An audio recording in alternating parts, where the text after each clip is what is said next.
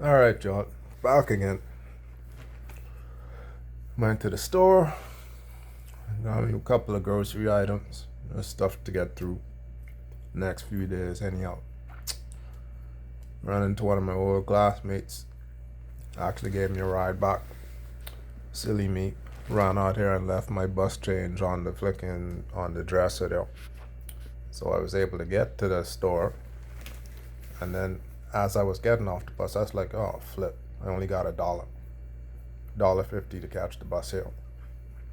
Feeling in my bag, no change. I was like, oh, flip. I had to ask the driver if it was alright to catch a ride to the store. Anyway, the schoolie gave me a ride to the bike machine. So, could get some change, I guess, after I got back. Thank God he sent him there as I was walking to the ATM. Island luck, y'all ATM machine is not functioning. I don't think I ever used it there before, but I figured there probably might have been one there. B.O.B. The door wasn't even open. I don't even think there was even a machine in there. Practical jokers. Let me walk all the way carrying my grocery bags from the store there. Mirage. Anyway, that ain't what this one's about. I'm gonna throw a golf one in there. You young and up and coming golfers. Golf is an easy game, especially if you got a little bit of talent and natural skill and ability and stuff like that. Even if you don't, for some reason, it's one of those ones that you could just kind of figure something out to actually be able to be at least a fairly decent golfer. But a lot of people get into it initially thinking that it's easier than it actually is. For some people it is, for some people it's not.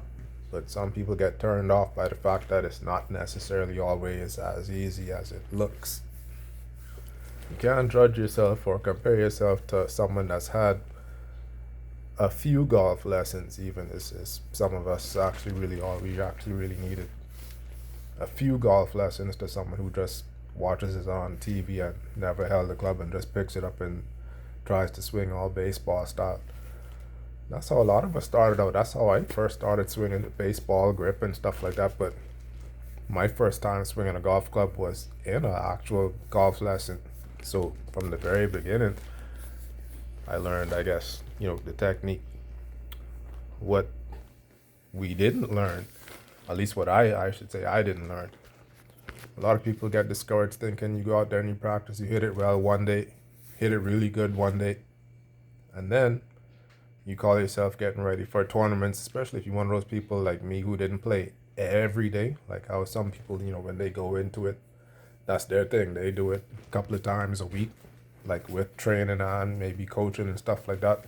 Something like me growing up, I'd probably play sometimes once a week on the weekends.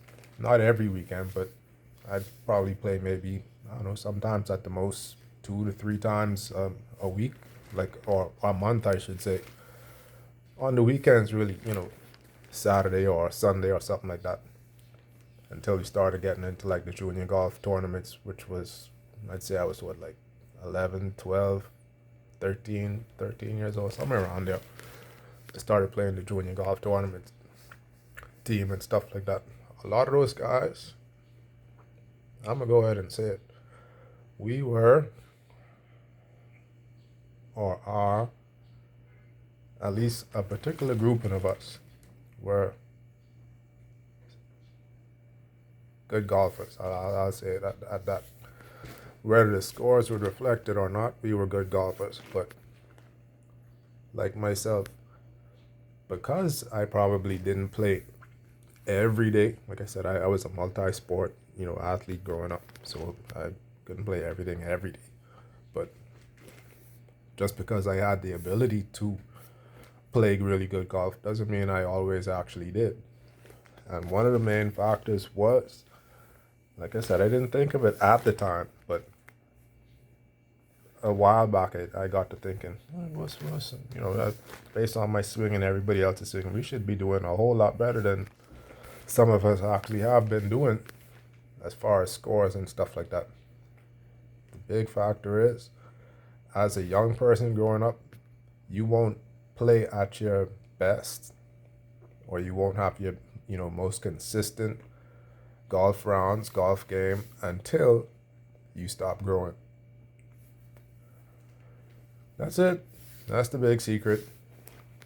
For those of us that get into tournaments every now and again, especially if you figure, you got your game together and you more or less just, show up on tournament day without practicing a whole lot, knowing that you are a golfer, more or less say like that. That's when you know how to hit the ball. Go out there, you figure you warm up, hit the ball, and then compared to the last time you played, every time you go out there and play golf, especially if you ain't an everyday kind of person, you're a little bit taller, you're a little bit bigger. And golf clubs are, the face of the club is at the most maybe lengthwise, 3.5 inches, maybe some of them probably close to 4 inches if you get a larger one.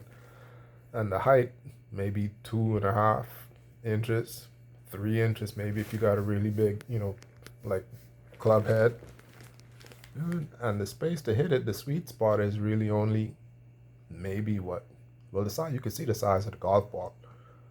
So whatever the size of the golf ball is, you got maybe a half inch at the most all around as the sweet spot.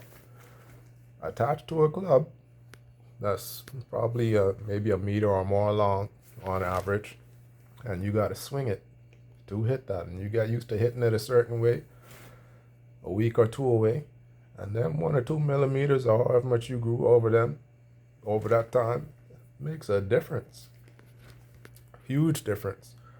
So people who just go out there and practice and practice and practice and then play usually play a better round than those who maybe go out there and play regularly, like maybe every weekend, go out there and play a round or two. And they'll probably notice as they get further into their rounds, they'll usually play better because they have to recalibrate their stuff as they're playing.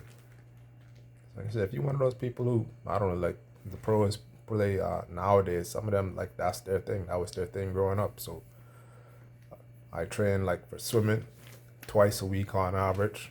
Soccer, we had soccer practice at, it'd be maybe 1 day out of the week. If I was to practice golf during the week as often, say, as I did like swimming and, soccer and stuff like that, my game at a younger age would have probably been, I'd have been playing a lot better. When I say playing a lot better, I mean the scores would have been a whole lot better. I'd have been focused, and not actually been taking the time off or weeks off at a time in between practicing and stuff like that. Some of us, when we get out of school, it's summertime, and you hit the, the range and stuff like that, and you get out there practicing, you notice you play a lot better when you're out there every day hitting the ball and, familiarizing yourself with your body and your swing. As you grow, not surprising yourself without realizing you're doing it, going out there and half an inch, couple of months, another quarter inch, and you're going out there and it's like the same swing, far as you feel it's the same swing, but for some reason you get to top in the ball, and sometimes you get to duff in the ball because you're growing. Don't expect to play at your best until you stop growing up, as I should say. Don't expect to play your very best unless you doing it like to actually do it daily or a couple times a week. Don't expect to play your best until you stop growing. When you level off, then everything is more or less going to be the same. Unless you gain a lot of weight, get yourself injured or something like that. Don't expect to play at your best until you actually finish growing. That's it. That's the secret.